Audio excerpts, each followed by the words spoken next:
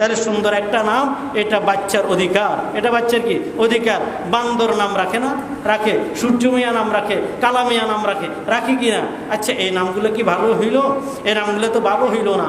আপনাকে কালার বাপ বললো, আপনাকে সুরজ মিয়ার বাপ বললো, এটা কি সুন্দর হইল? আসলে সুন্দর হয় নাই। রাসূলুল্লাহ সাল্লাল্লাহু আলাইহি সাল্লাম এটা পছন্দ করতেন না। প্রত্যেকের নাম রাসূলের সামনে আসলে রাসূল নাম পরিবর্তন করে দিতেন। তা আপনাদের কাছে অনুরোধ, এখন জন্ম নিবন্ধন তৈরি করা হয়, জন্ম নিবন্ধন তৈরি করার আগে অন্তত একজন আলেম দেখি, বিচক্ষণ আলেম দেখি একটা নামকে ঠিক করি, তারপরে জন্ম নিবন্ধন করিয়েন। নতুবা পরবর্তীতে পরিবর্তনের সম্ভাবনা নাই, যেহেতু অনলাইনে জন্ম নিবন্ধন হয়ে যায়।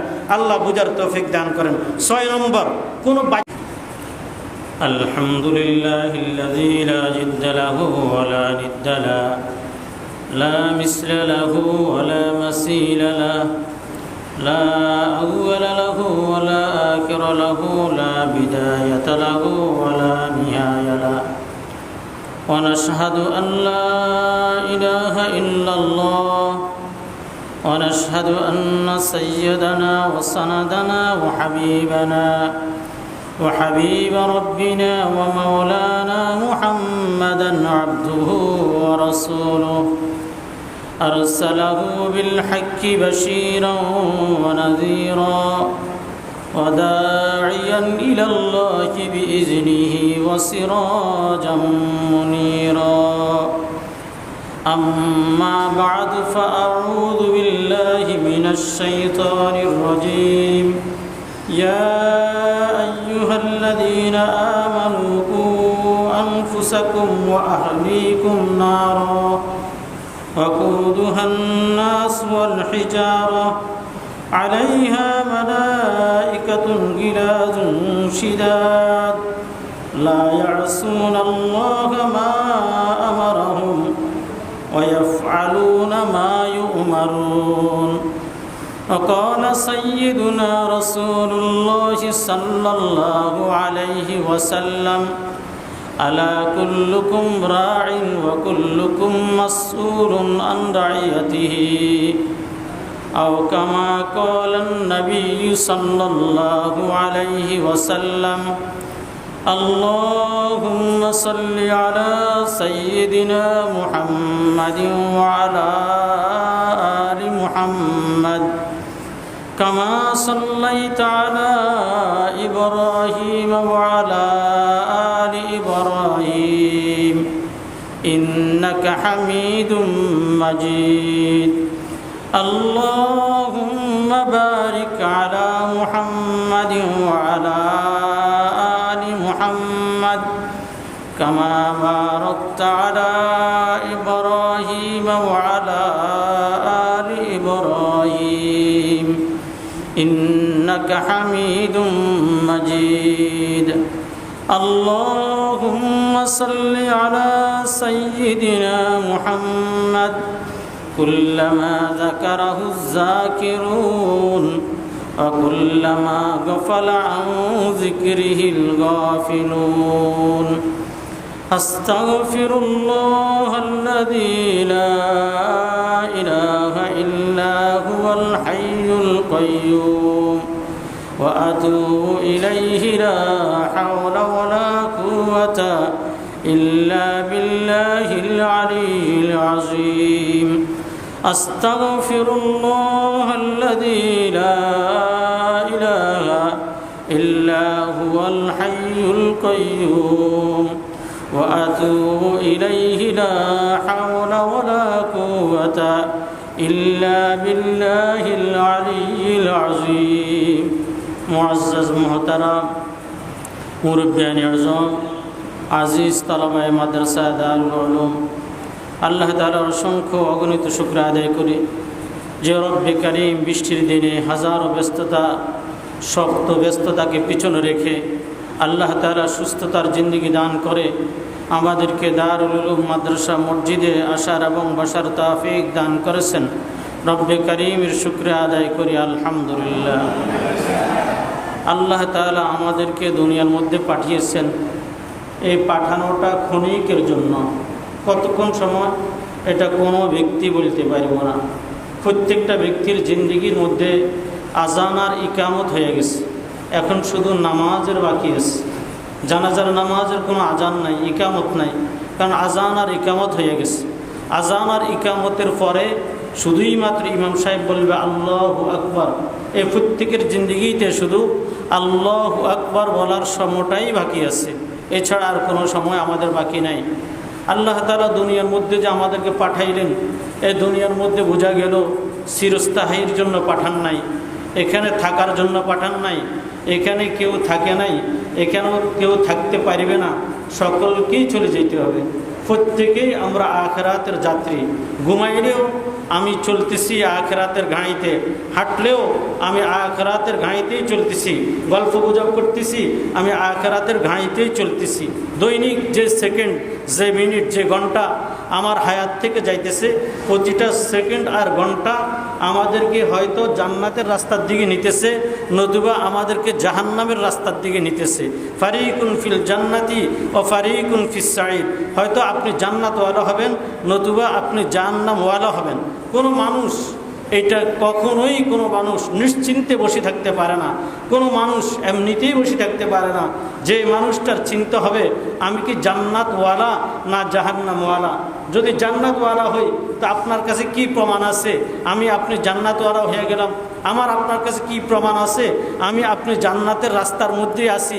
এরকম কোনো প্রমাণ আমাদের কারো কাছে কি আছে? কোনো ব্যক্তির কাছে আমাদের কোনো প্রমাণ নাই আমি জান্নাতওয়ালা, আমি জান্নাতের রাস্তার মধ্যেই আছি, আল্লাহ অবশ্যই আমাকে জান্নাত দিবেন। এরকম কোনো ব্যক্তির কি দিলের মধ্যে কোনো কথা আসে? না, আসে না, আসে না। আল্লাহ তাআলা যখন দুনিয়াতে পাঠাইলেন, এজন্যই আল্লাহ তাআলা দুইটা জিনিস আমাদেরকে দিছেন। এক হইল রিজালুল্লাহ, আরেকটা হইল কিতাবুল্লাহ।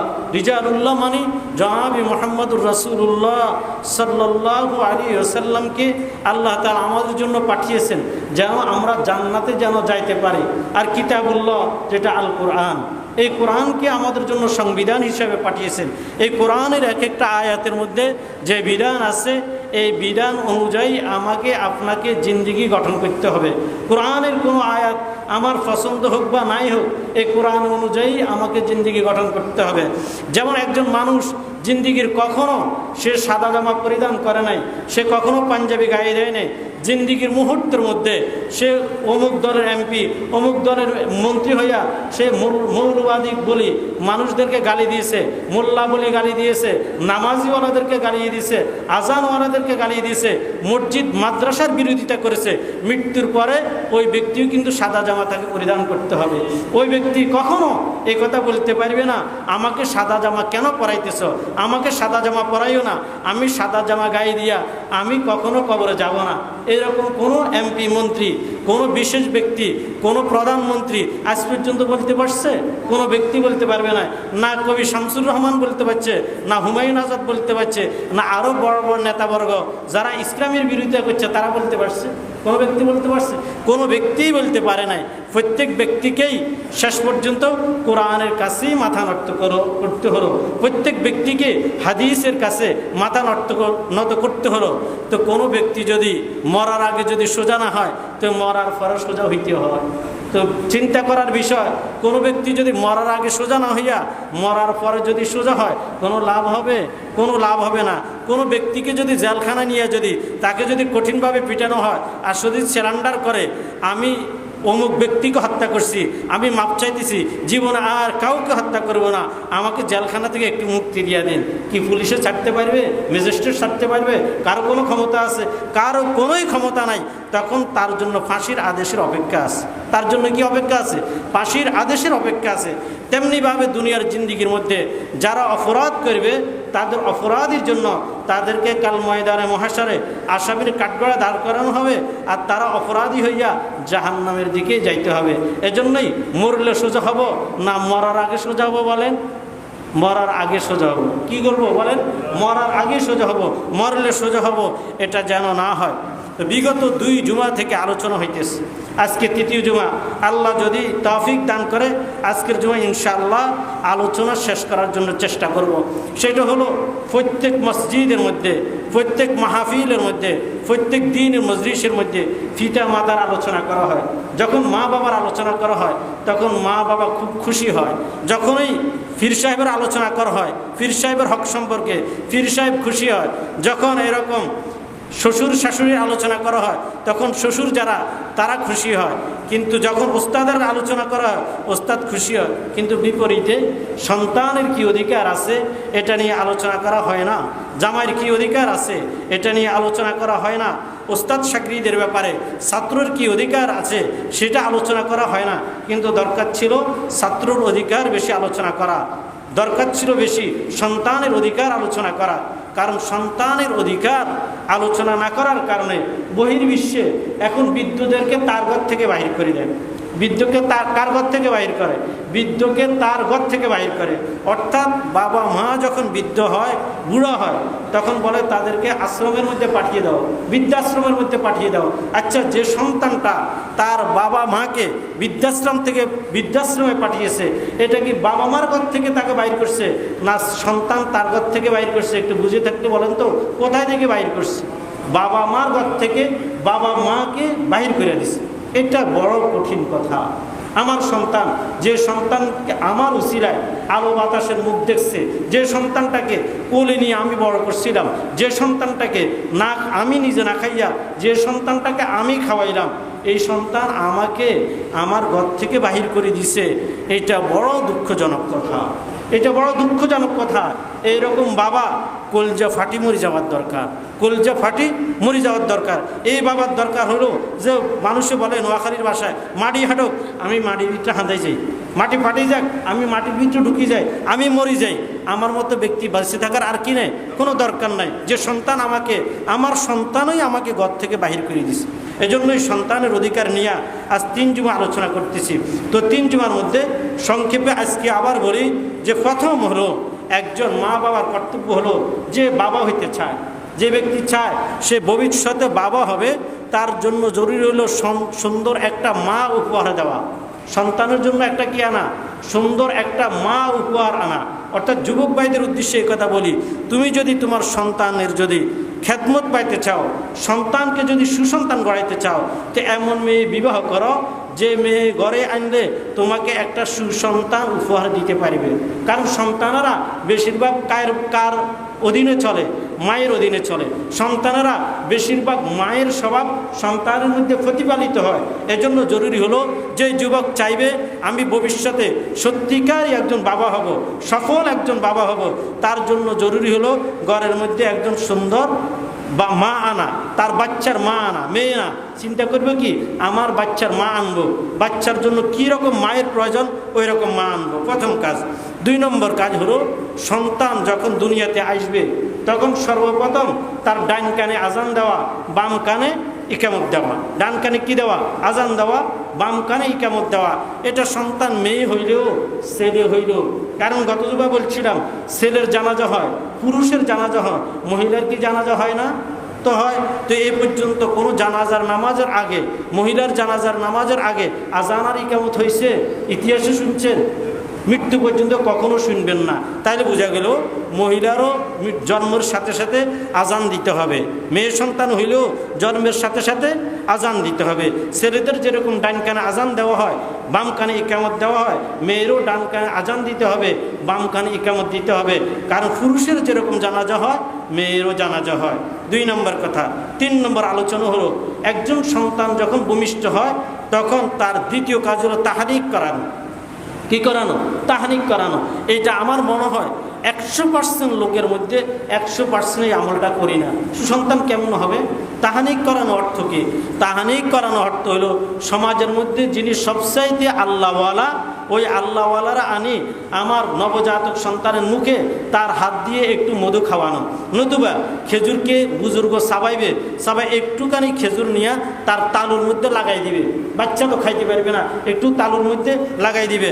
আর নতুবা ওই আল্লাহওয়ালা তার মুখের থেকে সামান্য থুতু বাচ্চার মুখের মধ্যে দিয়ে দিবে। এটাকে কি বলে? তাহানিক বলে। এটা হলো রাসূল সাল্লাল্লাহু আলাইহি ওয়াসাল্লামের সুন্নাহ। 4 নম্বর হইল আকিকা করা। 4 নম্বর কি করা? আকিকা করা। ছেলে হইলে যেরকম আকিকা করা হবে, মেয়ে হইলেও আকিকা করা হবে। ছেলের জন্য 2টা বকরি, মেয়ের জন্য 1টা বকরি। কিন্তু আমাদের দুর্ভাগ্যের বিষয় হলো আমরা কোরবানিদের দিকে তাকাই থাকি, কোরবানির সাথে আমরা আকিকা করি, কিন্তু তা না। গত জুমায় বলছিলাম এই কথা, আকিকা হবে 7ম দিনে, 14 দিনে, নতুবা 21 দিনে, এটা সর্বোত্তম। এরপরে যদি কেউ আকিকা করে কোরবানির সাথে, হবে না এই কথা আমি বলি না, হবে, তবে এই 3 দিনের মধ্যে সর্বোত্তম। এই 3 দিনের মধ্যে কি সর্বোত্তম? আল্লাহ বুঝার তৌফিক দান করেন। 5 নম্বর হলো সুন্দর একটা নাম রাখা। সুন্দর একটা কি রাখা? নাম রাখা। এখন কিসের থেকে নাম রাখে? এখন ইউটিউবের থেকে নাম রাখে, গুগলের থেকে নাম রাখে, তারপরে ফেসবুকের থেকে নাম রাখে, যার কারণে সমাজের মধ্যে আকাশ নামের কোনো অভাব নাই, বাতাস নামের কোনো অভাব নাই, সেন্টু নামের কোনো অভাব নাই, বল্টু নামের কোনো অভাব নাই। এরকম হাজারো নাম সমাজের মধ্যে আছে কি না? আছে। অথচ রাসূলুল্লাহ সাল্লাল্লাহু আলাইহি সাল্লাম বলেন, যখন একটা সন্তান ভূমিষ্ঠ হবে তখন তার সুন্দর একটা নাম রাখো, সুন্দর একটা কি রাখো? নাম রাখো, তাকে আদব শিক্ষা দাও। কালকে আমাদের ময়দানে প্রত্যেকটা মানুষকে তার নাম ধরে ডাকা হবে, তার নাম ধরে ডাকা হবে। আপনার সন্তানকে যদি সেন্টু বলে আপনার নামের সামনে ডাকা হয়, আপনার কাছে কেমন লাগবে? আর যে সন্তানটাকে ডাকবে ইয়া মুহাম্মদ, বলবে কি? আল্লাহ বলবে ইয়া মুহাম্মদ, কুম ইয়া মুহাম্মদ। কালকে আমাদের ময়দানে হাদিসের মধ্যে আছে, আল্লাহ বলবে কুম ইয়া মুহাম্মদ। এই কথা বলার সাথে সাথে সমস্ত মুহাম্মাদেরা দাঁড়িয়ে যাবে। পৃথিবীর মধ্যে যত সন্তানের নাম মোহাম্মদ আছে সবাই দাঁড়িয়ে যাবে। আল্লাহ তাআলা বলবেন, আমি তো আমার হাবিব মোহাম্মদকে ডাকছিলাম, তোমাদের কেন? আচ্ছা, যখন তোমরা দাঁড়াইছো আমার হাবিবের উসিলায় তোমাদের সকলকেই মাফ করে দিলাম, সকলকেই মাফ করে দিলাম। বাচ্চা যখন ভূমিষ্ঠ হয় তখন পাড়া প্রতিবেশী সকলে দেখতে আসি, কেউ বলে বাপের মতো, কেউ বলে দাদার মতো, কেউ বলে নানার মতো। হাদিসে আছে এই কথা নয়, বরং সন্তান যখন ভূমিষ্ঠ হবে কেউ যখন আসবে তো সন্তানকে কোলে নিয়ে বরকতের দোয়া করবে। কিসের দোয়া করবে? বরকতের দোয়া করবে। বলে মাশাআল্লাহ, আল্লাহ এই সন্তানটাকে দিনদার বানাক, আল্লাহ মুত্তাকি বানাক, আল্লাহ আলেম বানাক, আল্লাহ ফকিহ বানাক, আল্লাহ মুহাদ্দিস বানাক, আল্লাহ মুত্তাকি বানাক। এইরকম কি করবে? দোয়া করবে। এটা একটা সুন্নত। 6 নম্বর। 7 নম্বর হইল সন্তান যখন একটু বড় হবে তখন কি করে? মা বাবা কোলে নিয়ে, বাবা বলে আব্বু আব্বু, মা বলে আম্মু আম্মু, যে নেয় সে তারটা শিখায়। অথচ রাসূল সাল্লাল্লাহু আলাইহি সাল্লাম বলেন, সর্বোত্তম হইল ওই বাচ্চা যে বাচ্চা সর্বপ্রথম তার মুখ দিয়ে বলে আল্লাহ আল্লাহ। সর্বপ্রথম বলে কি? আল্লাহ আল্লাহ। এই বাচ্চাটা সর্বোত্তম। তাহলে বাবা কোলে নিয়ে সন্তানকে বলবে আল্লাহ আল্লাহ, মা সন্তানকে কোলে নিয়ে বলবে আল্লাহ আল্লাহ, দাদা সন্তানকে কোলে নিয়ে বলবে আল্লাহ আল্লাহ। প্রত্যেকেই আল্লাহ আল্লাহ শিক্ষা দিবে এবং দ্বীনি শিক্ষা দিবে। কি শিক্ষা দিবে? দ্বীনি শিক্ষা। কারণ কোরআনে কারিমে আল্লাহ তাআলা পৃথিবীর মধ্যে সর্বপ্রথম যে ওহীটা নাজিল করলেন গারে হেরার মধ্যে, রাসূল সাল্লাল্লাহু আলাইহি সাল্লাম যখন ছিলেন তখন কি বলছেন? ইকরা বিসমি রাব্বিকাল্লাযী খলাক, পড়বা তোমার রবের নামে যে রব তোমাকে দুনিয়ার মধ্যে পাঠিয়েছেন। তাইলে বাচ্চাকে সর্বপ্রথম কি শিক্ষা দিব? দ্বীনি শিক্ষা দিব। আল্লাহ বুঝার তৌফিক দান করেন। 8 নম্বর, বিবাহের, সন্তানের বিবাহের ব্যবস্থা করা। এটাও সন্তানের একটা অধিকার। সন্তানের একটা কি অধিকার? হলো সন্তানের বিবাহের ব্যবস্থা করা। রাসূলুল্লাহ সাল্লাল্লাহু আলাইহি সাল্লাম এই ব্যাপারে আমাদেরকে কয়েকটা পরামর্শ দিয়েছেন। কয়েকটা কি দিয়েছেন? পরামর্শ দিয়েছেন। সন্তানকে যে বিবাহ করাবো, কি রকম বিবাহ করাবো? ছত্রী বংশের, পাটোয়ারি বংশের, কোটিপতি, লাখপতি, এটা নিয়ে দেখবো নাকি দেখবো? রাসূল সাল্লাল্লাহু আলাইহি সাল্লাম বলেন, তুনকাহুলি আরবাইন ওয়ালি হাসাবিহা ওয়ালি মালিহা ওয়ালি জামালিহা ওয়ালি দীনিহা ফাসবার বিজাতিদ দীনি তারবিয়াত ইয়াদাকা। রাসূলুল্লাহ সাল্লাল্লাহু আলাইহি সাল্লাম বলেন, মানুষ সাধারণত 4টা জিনিস দেখে বিবাহ করে আর বিবাহ করায়। প্রথমত মানুষ সম্পদ দেখে, কার সম্পদ কত বেশি এটা দেখে। মানুষ দেখে কার বংশ কত বড় উঁচু। মানুষ দেখে কার সৌন্দর্য কত বেশি, মেয়েটা টলফিকার লম্বা কিনা, মেয়েটাকে সুকেসের মধ্যে সাজায় রাখা যাবে কিনা, মেয়েটার দিকে তাকাইলে চোখটা নামবে কিনা, এরকম আকর্ষণীয় হবে কিনা, দিলটা খুশি হবে কিনা, এরকম দেখে। আর মানুষ দেখে দিনদার কিনা। রাসূল সাল্লাল্লাহু আলাইহি সাল্লাম বলেন, ফাসবার বিজাতিদ দ্বীন তারবিয়াত ইয়াদাকা। বলে সম্পদ দেখি কোনো ব্যক্তি যদি বিবাহ করে, সম্পদের লোভ হলো খ্রিস্টানদের মধ্যে বেশি, তাহলে তুমি খ্রিস্টানদের কালচারটা তোমার মধ্যে নিয়ে আসলা। কোনো ব্যক্তি দেখে সৌন্দর্য কত বেশি, অথচ ইহুদিরা দেখে মেয়েরা কত সৌন্দর্য হয়, তারা সৌন্দর্যের পূজারি করে, তাহলে তুমি সৌন্দর্যের পূজারীকে তুমি প্রাধান্য দিলা। কোন ব্যক্তি দেখে বংশ কার কত উঁচু, কোন ব্যক্তি ফাটোয়ারি বংশের, কোন ব্যক্তির ছত্রী বংশের, এটা দেখে। বলে যে না, বংশ দেখা হবে না, বংশ তো হিন্দুরা দেখে, হিন্দুরা দেখে তাদের বংশ কার কত। তাহলে তো তুমি হিন্দুর অনুসরণ করলা। রাসূলুল্লাহ সাল্লাল্লাহু আলাইহি সাল্লাম বলেন, কেউ কেউ দিনকে দেখে, কেউ কেউ কি দেখে, দিন দেখে। মানে মেয়েটা কোরআন শরীফ পড়তে পারে কিনা, 5 ওয়াক্ত নামাজ পড়ে কিনা, আমার ঘরে গেলে আমার ঘরকে দিনের আলোয় আলোকিত করবে কিনা। রাসূল সাল্লাল্লাহু আলাইহি সাল্লাম বলেন, আমি তোমাদেরকে পরামর্শ দিতেছি, তোমরা দিনদারিকে গ্রহণ করো, তোমরা দিনদারিকে গ্রহণ করো। কোনো ব্যক্তি যদি দিনদারিকে যদি গ্রহণ না করলো, তার দাকা খেয়াল রাখো, তোমার যেন দোনো হাত ধ্বংস হয়, তোমার যেন দোনো হাত কি হয়, ধ্বংস হয়। অর্থাৎ তুমি দিনকে গ্রহণ না করার কারণে তুমি যেন ধ্বংস হয়ে যাও, তুমি যেন কি করো, ধ্বংস হয়ে যাও। আর তুমি যদি দিনকে গ্রহণ করো, তো আল্লাহ তোমাকে দুনিয়া আখিরাত দোনো জাহানে সুখী করে দিবে। এখন কথা হলো, সন্তানকে বিবাহ করাবো, কিন্তু সন্তানের কাছে কোনো টাকা নাই, কোনো পয়সা নাই। এই ব্যাপারে রাসূলুল্লাহ সাল্লাল্লাহু আলাইহি সাল্লাম একদিন যুবকদেরকে সামনে নিয়ে বলতেছেন, ইয়া মাশারাশ শাবাব মান ইসতাতা মিনকুমুল বাআতা ফালিয়াতাযাওয়াজ ফাইন্নাহু আগাযযু লিল বাসারি ওয়া আহসানাল লিল ফারজি ফাইন লাম ইস্তাতি ফাআলাইকা বিসসাওম। রাসূল সাল্লাল্লাহু আলাইহি সাল্লাম বলেন, হে যুবকেরা, তোমার বাবা যদি সামর্থ্য না রাখে তোমাকে বিবাহ করার জন্য, বিবাহ করানোর জন্য, তো তোমাদেরকে একটা কথা বলি, যদি সামর্থ্যই না থাকে তো রোজা রাখো। কি দেখো, রোজা রাখো। এতে করে তোমার দিলের মধ্যে বিবাহ না করলে যে সমস্ত গুনাহগুলো হইতে পারে, এই সমস্ত গুনাহগুলো তোমার দ্বারা আর হবে না। রাসূলুল্লাহ সাল্লাল্লাহু আলাইহি সাল্লাম বলেন, তোমরা রোজা রাখো। এবং এক সাহাবী আসি রাসূল সাল্লাল্লাহু আলাইহি সাল্লামকে বললেন, ইয়া রাসূলুল্লাহ, আমাদের পিতামাতার হকের কথা তো আপনি বলছেন, আমাদের সন্তানের কোনো হক আছে কিনা? রাসূল সাল্লাল্লাহু আলাইহি সাল্লাম বলেন, মান উলিদা ওয়ালাদুন, কোনো ব্যক্তির যদি সন্তান যদি জন্মগ্রহণ করে, ফালইউহসিন ইসমাহু ওয়া আদাবাহু, তখন তাকে সুন্দর একটা নাম রাখে দাও, তাকে ইসলামী আদব শিক্ষা দাও। ফাইজা বালাগা, সে যদি বালেগ হয়ে যায়, ফালিউযাওবিজহু, তাহলে তাকে বিবাহ করাই দাও, তাহলে তাকে কি করে দাও, বিবাহ করে দাও। আর যদি বিবাহের যদি সে যদি সামর্থ্য না রাখে, তাকে যদি বিবাহ না করো, তো কি হবে, ফাইন আসাবা ইসমান, এই বাচ্চাটা যদি গুনাহ করে, আপনার সামর্থ্য আছে ছেলেকে বিবাহ করানোর মতো, ছেলেরও সামর্থ্য আছে বিবাহ করার মতো, ফাইন আসাবা ইসমান, বিবাহ করার নাই, এই ব্যক্তি গুনাহ করলো, তো রাসূল সাল্লাল্লাহু আলাইহি সাল্লাম বলেন, ফাআলাইহি, তাহলে এই গুনাহটা তোমার উপরেই পতিত হবে। সন্তান যত গুনাহ করবে, সমস্ত গুনাহের মালিক কি হবে, বাবা হবে। রাসূলুল্লাহ সাল্লাল্লাহু আলাইহি সাল্লাম বলেন, 3 কাজে দেরি করতে নাই। কয় কাজে দেরি করতে নাই? 3 কাজে দেরি করতে নাই। সন্তান যদি বিবাহের উপযুক্ত হয়, তাইলে তাকে তাড়াতাড়ি বিবাহ করাই দাও।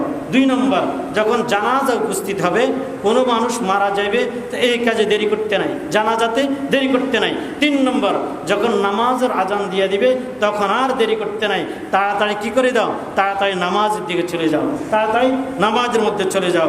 তাহলে 8 নম্বর, সন্তানের জন্য জরুরি হলো সন্তানকে বিবাহ করাই দেওয়া। অনেকেই আছে, বিবাহ কেমনে করাবো, বিবাহ কেমনে করাবো, টাকা নাই, পয়সা নাই। অথচ রাসূল সাল্লাল্লাহু আলাইহি সাল্লামের জামানায় আব্দুর রহমান রাদিয়াল্লাহু তাআলা আনহু, রাসূলের সাহাবী, প্রত্যেক সাহাবী রাসূলের জন্য জান কুরবান দিতে প্রস্তুত ছিলেন। প্রত্যেক সাহাবী রাসূলের মহব্বতে তারা মাথাটা উহুদের ময়দানে কেটে দিয়েছেন, বদরের ময়দানের মধ্যে তারা উপস্থিত হয়েছে, হুনাইনের ময়দানে তারা উপস্থিত হলো, খন্দকের ময়দানে তারা উপস্থিত হলো, মেয়ে স্ত্রীকে বিধবা করলো, সন্তানদেরকে এতিম করলো সাহাবায়ে কেরাম। কিন্তু আব্দুর রহমান রাদিয়াল্লাহু তাআলা আনহু রাসূলের সামনে আসছে, তার জামা বা হাতের মধ্যে লাল রং লেগে আছে। তখন মেহেদি হারাম এরকম ছিল না, তখন মেহেদি জায়েজ ছিল। রাসূলুল্লাহ সাল্লাল্লাহু আলাইহি সাল্লাম বলেন, আব্দুর রহমান, তোমার হাতে বা জামার মধ্যে এটা কি? বলে, ইয়া রাসূলুল্লাহ, আমি বিবাহ করছি। রাসূল সাল্লাল্লাহু আলাইহি সাল্লাম বলেন, আউলিম ওয়ালাউ বিশাতিন, তুমি একটা বকরি দ্বারা হইলেও অলিমা করে দাও। অর্থাৎ ছেলের বাড়ি খানাকে কি বলে? অলিমা বলে। একটা বকরি দ্বারা হইলেও অলিমা করে দাও। অর্থাৎ রাসূল সাল্লাল্লাহু আলাইহি সাল্লাম এই সাহাবী বিবাহ করছে, ওই রাসূলকে তো দাওয়াত দেয় নাই। তাহলে বোঝা গেল বিবাহ এরকম করতে হবে না যে সমাজের 100 লোক, 200 লোক, 500 লোক সকলকেই দাওয়াত দিতে হবে। নামাজ যেরকম ইবাদত, বিবাহ এরকম একটা ইবাদত। বিবাহ যত কঠিন হবে তত জেনা বেবিচার সহজ হবে। বিবাহ যত কঠিন হবে, জেনা বেবিচার তত সহজ হয়ে যাবে। এজন্যই জরুরি হলো বিবাহকে সহজ করে দেওয়া। বিবাহকে কি করা? সহজ করে দেওয়া। আল্লাহ আমাদের সকলকে বুঝার তৌফিক দান করেন। বিবাহের ক্ষেত্রে সবচাইতে বেশি কড়াকড়ি হয় মোহরানা নিয়া, কি নিয়া? মোহরানা নিয়া। ঘন্টাকে ঘন্টা ঝগড়া বিবাদ লেগে থাকে। অথচ রাসূলুল্লাহ সাল্লাল্লাহু আলাইহি সাল্লাম জামানার মধ্যে মোহরানা কেমনে ধরতেন? রাসূল সাল্লাল্লাহু আলাইহি সাল্লাম ফাতেমা রাদিয়াল্লাহু তাআলা আনহাকে বিবাহ দিলেন। আচ্ছা বলেন তো, রাসূল যে ফাতেমাকে দিলেন, কার কাছে বিবাহ দিলেন? সাইয়্যিদুনা আলী রাদিয়াল্লাহু তাআলা আনহুর কাছে দিলেন। এর আগে বড় বড় আব্দুর রহমান রাদিয়াল্লাহু তাআলা আনহুকে কেউ কেউ বললেন, আপনি বিবাহের পয়গাম দেন, আপনি তো ধনী, হয়তো রাসূল আপনার কাছে তার মেয়েটা বিবাহ দিতে পারে। এরকম ধনী সাহাবায়ে কেরামদের থেকেই এরকম অনেকেই প্রস্তাব দিয়েছেন, রাসূল চুপ রয়েছেন, বিবাহের ব্যাপারে কিচ্ছু বলেন নাই। তো কেউ কেউ বললেন আলী রাদিয়াল্লাহু তাআলা আনহুকে সম্ভবত আপনার অপেক্ষায় আছে। তা আলী রাদিয়াল্লাহু তাআলা আনহু পক্ষ থেকে একজন যখন রাসূলকে বললেন, রাসূল সাথে সাথে গ্রহণ করলেন, আলী রাদিয়াল্লাহু তাআলা আনহুর সাথে নিজের মেয়েটাকে বিবাহ দিয়ে দিলেন। তখনকার সময় সবচাইতে আলী রাদিয়াল্লাহু তাআলা আনহু ছিলেন গরিব। তাহলে তিনি দম দেখেন নাই, তিনি কি দেখছেন? তাকওয়া পরহেজগারি দেখছেন। শুধু 132 তোলা রূপার বিনিময়ে তিনি তেনার মেয়েটাকে ফাতেমা রাদিয়াল্লাহু তাআলা আনহাকে আলী রাদিয়াল্লাহু তাআলা আনহুর কাছে বিবাহ দিয়েছেন। এবং রাসূলের বাড়িতে কোনো খাওয়া হয় নাই, উনি ওনার মেয়ে ফাতেমাকে আলীর বাড়িতে নিজে পৌঁছাই দিয়েছেন। এমন হয় নাই যে আলী কয়েকটা গাড়ি নিয়ে আসছে, কয়েকটা ঘোড়া নিয়ে আসছে, কয়েকটা উট নিয়ে আসছে, এরকম হয় নাই। বরং রাসূল সাল্লাল্লাহু আলাইহি সাল্লাম দিয়ে আসছেন। এই বাড়িতে কোনো খানাও হয় নাই, মেয়ের বাড়িতে কোনো কি হয় নাই? খানাও হয় নাই। তাহলে বোঝা গেল মেয়ের বাড়িতে খানা খাওয়া এটা কোনো সুন্নাহ নয়। এখন মেয়ের বাপেরা বড় বিপদে আছে, কারণ মেয়েদের যখন বিবাহের কথা উঠে 400 লোক 500 লোক এগুলো নিয়ে আলোচনা করা হয়। আল্লাহ আমাদের সকলকে বিবাহগুলো সহজ করার তৌফিক দান করেন। রাসূল সাল্লাল্লাহু আলাইহি সাল্লাম বলেন, আর নিকাহু বারাকাতুন আইসারুহা মাউনাতুন। ওই বিবাহ সবচাইতে বরকতে ভরপুর হয় যে বিবাহের মধ্যে খরচাদি কম হয়। যে বিবাহের মধ্যে খরচাদি যত কম হবে, ওই বিবাহ সবচাইতে তত বেশি বরকতময় হবে। আল্লাহ আমাদের সকলকে, সকল বাবাদেরকে এটা বুঝার তৌফিক দান করুক। ছেলের বাবা, মেয়ের বাবা প্রত্যেককে আল্লাহ বুঝার তৌফিক দান করেন। 9 নম্বর হলো সন্তানদেরকে আদব, বারবার আদব শিক্ষা দেওয়া। সন্তানরা সবচাইতে আদব শিখবে কার কাছ থেকে? মা বাপ থেকে শিখবে। সন্তান যদি অনেক সময় দাদার নাম ধরে ডাকে, তো কয় যে ঠিক আছে মাশাআল্লাহ ছেলে চালাক হয়েছে। ছেলে কি হয়েছে? চালাক হয়েছে। অথচ দাদার নাম ধরে ডাকছে, কয় চালাক, হাতে তালি দেয়। ছেলে নানার নাম ধরে ডাকছে, কয় চালাক হয়েছে। আচ্ছা এটা কি চালাক হলো না, এটা বেয়াদবি। সাথে সাথে তাকে বদলি দেওয়ার দরকার। বাবা দাদার নাম ধরা যায় না, বাবা নানার নাম ধরা যায় না। তাকে আদব শিক্ষা দেওয়ার জন্য রাসূলে বলছেন আদব যেন শিক্ষা দেওয়া যায়। রাসূলুল্লাহ সাল্লাল্লাহু আলাইহি সাল্লাম তেনার নাতিদেরকে আদব শিক্ষা দিয়েছেন। কীরকম? নাতি হুসাইন রাদিয়াল্লাহু তাআলা আনহু একটা খেজুর মুখে দিয়েছেন। কি দিয়েছেন? খেজুর। রাসূল সাল্লাল্লাহু আলাইহি সাল্লাম বলেন কাহ কাহ, মানে আরবি ভাষায় কাহ কাহ, তুমি বমি করো, আর বমি করে এটাকে ফালাই দাও। এবার রাসূল বলেন এটা সৎকার খেজুর, সৎকার খেজুর খাওয়া এটা আমাদের জন্য বৈধ না, নাতি এটা ফালাই দাও। নাতির মুখ থেকে সৎকার খেজুরটা ফালাই দিছে বাচ্চা মানুষ। তাহলে রাসূলে বাচ্চাকে আদব শিক্ষা দিচ্ছেন। বাচ্চাকে কি দিচ্ছেন? আদব শিক্ষা দিচ্ছেন। ঠিক আমাদের জন্য জরুরি আদব শিক্ষা দেওয়া। মেশকাত শরীফের বাবুস সালামের মধ্যে আছে রাসূলুল্লাহ সাল্লাল্লাহু আলাইহি সাল্লাম রাস্তা দিয়ে হাঁটি যাইতেছেন, তো কিছু বাচ্চাকে দেখলেন, দেখে বললেন আসসালামু আলাইকুম ওয়া রাহমাতুল্লাহ।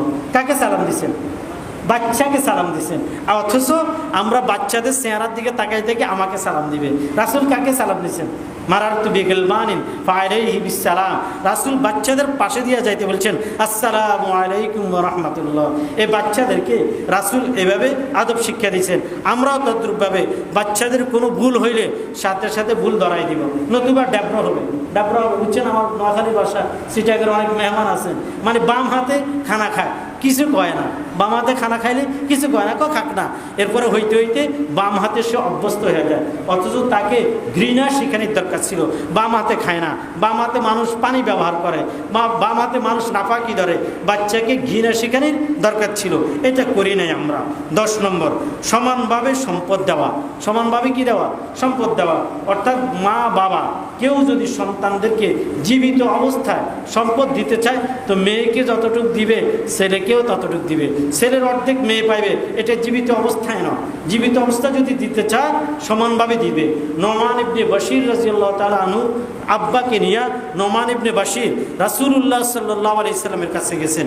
তো নোমান ইবনে বশির রাসূলুল্লাহ সাল্লাল্লাহু আলাইহি সাল্লামের কাছে যায় বললেন যে আমার আব্বা আমাকে কিছু সম্পদ দিতে চায়, হে আল্লাহ রাসূল আপনি কি বলেন?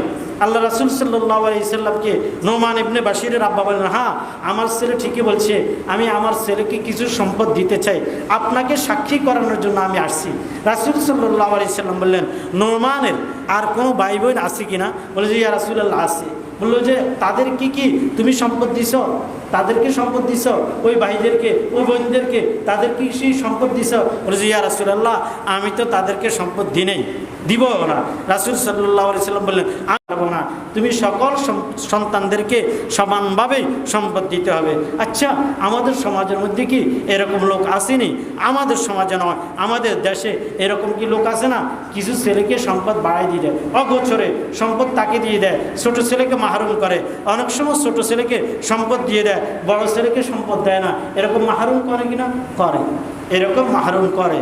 ভাই দোস্ত বুজুর্গ, কালকে আমাদের ময়দানে প্রত্যেক ব্যক্তিকে আসামির কাঠগড়ায় দাঁড়াইতে হবে। প্রত্যেক ব্যক্তি, আপনি বাবা হয়েছেন দিয়ে কী হলো, আপনাকেই কালকে আমাদের ময়দানে আসামির কাঠগড়ায় আপনাকে দাঁড়াইতে হবে। সমাজের মধ্যে এরকম আছে কিনা? বড় ছেলের সাথে বাবা কথা বলে, বড় ছেলের সাথে চলে, ছোট ছেলেকে দেখতেই পারে না, দুই চোখের কোনাও দেখতে পারে না, এরকম আছে কিনা? হ্যাঁ আছে, আছে, সমাজের মধ্যে এরকম আছে। অনেক সময় ছোট ছেলের সাথে বাবার সাথে গভীর সম্পর্ক, বড় ছেলের সাথে কোনো সম্পর্ক নাই। বড় ছেলের বউরও দেখতে পারে না, বড় ছেলেরও দেখতে পারে না, মাঝে মধ্যে ত্যায্য পুত্রও করে দেয়। এটা আছে কি না? আছে। এই সমাজে না থাকতে পারে, অন্য সমাজের মধ্যে থাকতে পারে। এটা সম্পূর্ণভাবে হারাম। এটা সম্পূর্ণভাবে কি? হারাম। আপনি আপনার চোখে সকলকেই সমানভাবে দেখবেন। এটা হলো সন্তানের সমান অধিকার, এটা সন্তানের অধিকার। আপনি যদি সন্তানের এই অধিকারটাকে যদি নিশ্চিত করেন, সন্তানও আপনার অধিকারকে ঠিক করবেন, সন্তানও আপনার অধিকারকে ঠিক করবেন। আচ্ছা আপনি কি এই কথা বলতে পারেন আজরাইলের সাথে কি আপনার চুক্তি হয়েছে?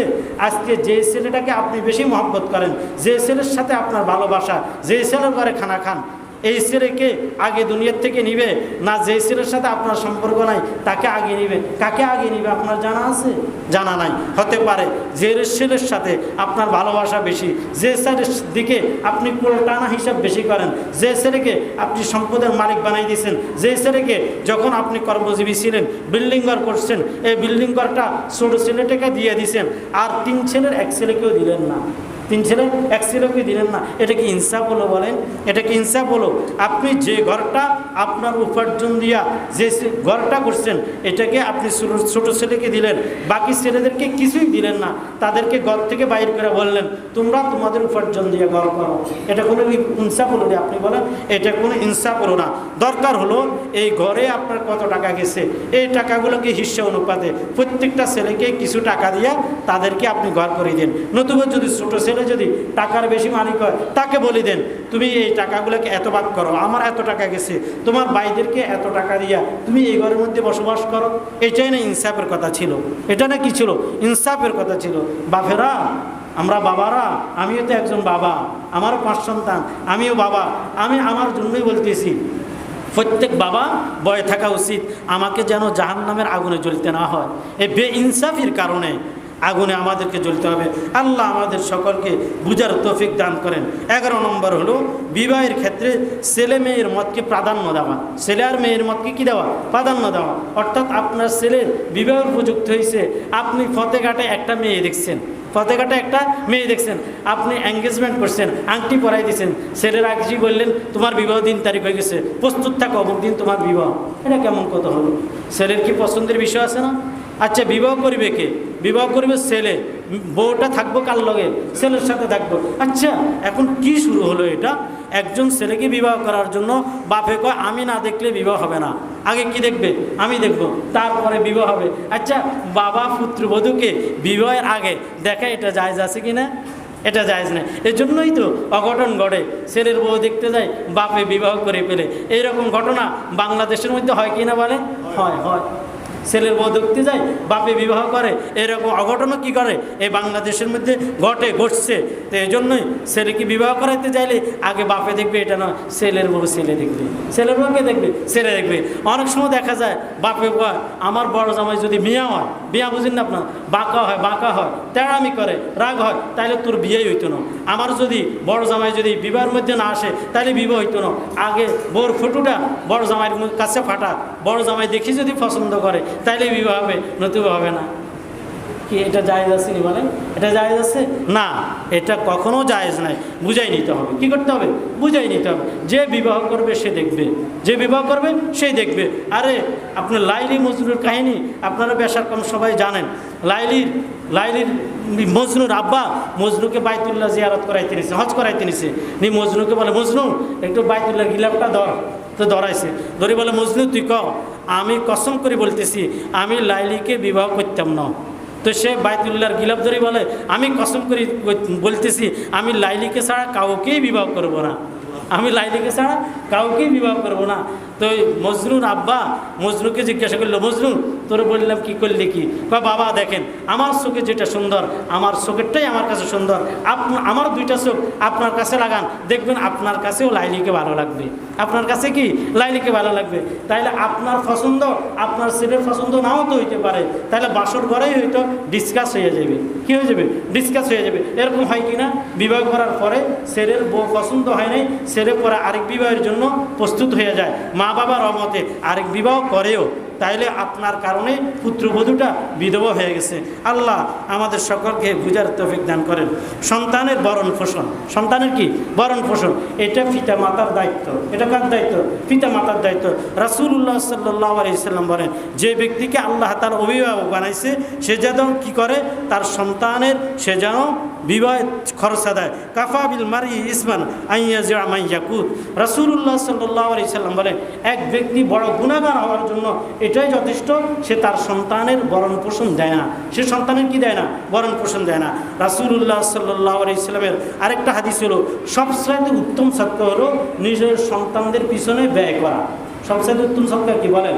সবচাইতে উত্তম সৎকার হলো নিজের সন্তানদের পিছনে ব্যয় করা, এটা সবচাইতে উত্তম সৎকার। অথচ আমরা মনে করি মসজিদের মধ্যে দেওয়া উত্তম সৎকার, মাদ্রাসার মধ্যে দেওয়া উত্তম সৎকার, এতিমকে দেওয়া উত্তম সৎকার।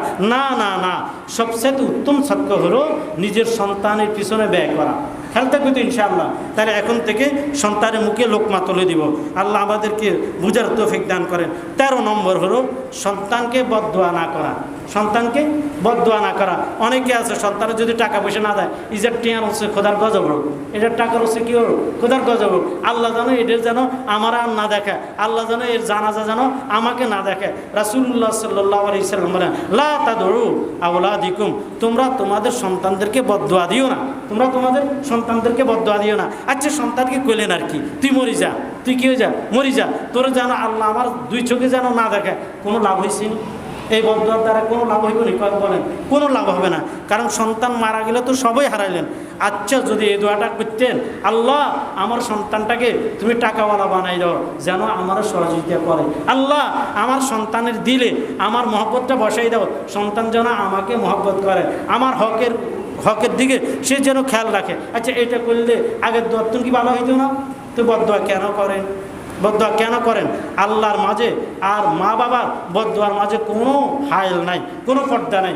মা বাবা হাত তুললেই আল্লাহ তাআলা কবুল করেন, দোয়া হোক বদদোয়া হোক, দোয়া হোক কি হোক বদদোয়া হোক। এই জন্য রাসূলুল্লাহ সাল্লাল্লাহু আলাইহি সাল্লাম বলেন, সন্তানকে কি করিও না? বদদোয়া করিও না।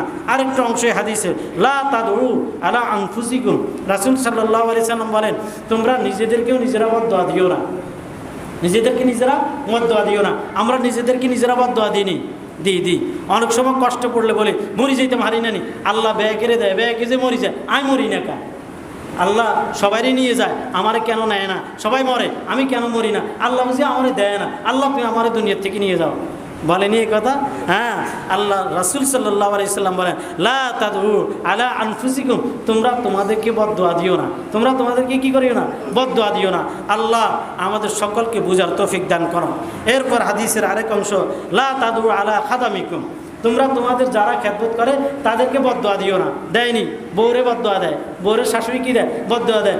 একটু তরকারির মধ্যে যদি লবণ কম হয়, তো চোখেই সুতনি, তো চোখ খাইলিনি, তরকারির মধ্যে লবণ এত কম হয়েছে কিনলে, হ্যাঁ, এরকম বিভিন্ন বদদোয়া দেয়। আচ্ছা, আপনি যে এই কথা বললেন, বদদোয়াটা যদি পড়ে আপনার বৌমা যদি অন্ধ হয়ে যায়, তো আপনার ছেলেরও না কষ্ট হবে?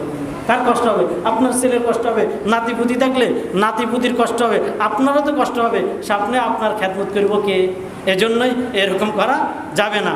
তাহলে যারা আমাদের ঘরে খেদমতগার আছে তাদের জন্য দোয়া করিয়েন, আল্লাহ তোমার হায়াতের মধ্যে বরকত দেখ, আল্লাহ তোমারও যা যায় খাই দান করুক। তুমি চেষ্টা করছো ভালো ফাঁক করার জন্য, তবে আজকে তরকারির মধ্যে লবণ একটু বেশি হয়েছে, সামনের দিকে একটু খেয়াল করিও।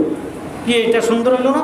রাসূল সাল্লাল্লাহু আলাইহি সাল্লাম কেউ কোনো কাজ করলে রাসূল সাল্লাল্লাহু আলাইহি সাল্লাম তাকে বলতেন জাযাকুমুল্লাহু খাইরা। শেষ আমার বয়ান, এই মোট 13টা হক। এরপরে 2টা কথা বলি। মুহররম মাস, এটা কেমন? আজকে মুহররমের 1 তারিখ, আগামী রবিবার সোমবার মুহররমের 9 এবং 10 তারিখ 2টা আমল। এক হলো রাসূল সাল্লাল্লাহু আলাইহি সাল্লাম বলেন সিয়ামু ইয়াউমি আশুরা আহতাসিবু আলাল্লাহ আইয়ুকাফিরা সানাতাল্লাতী ক্বাবলাহু।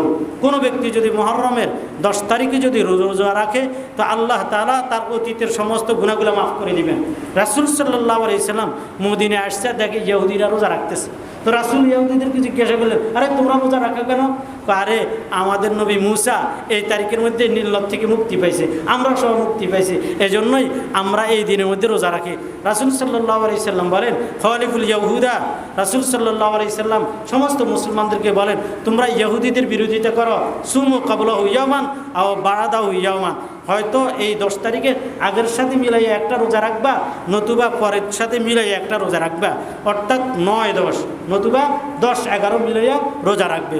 তবে 9-10-এ রাখা উত্তম। বেশিরভাগ হাদিস 9 তারিখের বিষয় আছে, এজন্য 9-10-এ মিলাইয়া রোজা রাখবো। আর ওই দিনে বনি ইসরাইল তিফান্তর মধ্যে আল্লাহ তাআলার কাছে তাদের অপরাধের জন্য দোয়া চাইছে। 40 বছর পর্যন্ত তারা শাস্তি ভোগ করি মাফ চাইছে, আল্লাহ আমগরে মাফ করে দেন। আল্লাহ ওই দিন তাদের দোয়াকে কবুল করছে, তওবাকে কবুল করছে। কিয়ামত পর্যন্ত যত লোক মুহররমের 10 তারিখের মধ্যে নিজের গুনাহের জন্য মাফ চাইবে, আল্লাহ তাআলা মাফ করে দিবেন। তাহলে কয়টা আমল? 2টা আমল। এক হলো রোজা রাখা, 2 নম্বর হলো কী করা? এই দিনে তওবা করা। আল্লাহ আমাদের সকলকে এই 2টা আমল করার তৌফিক দান করেন।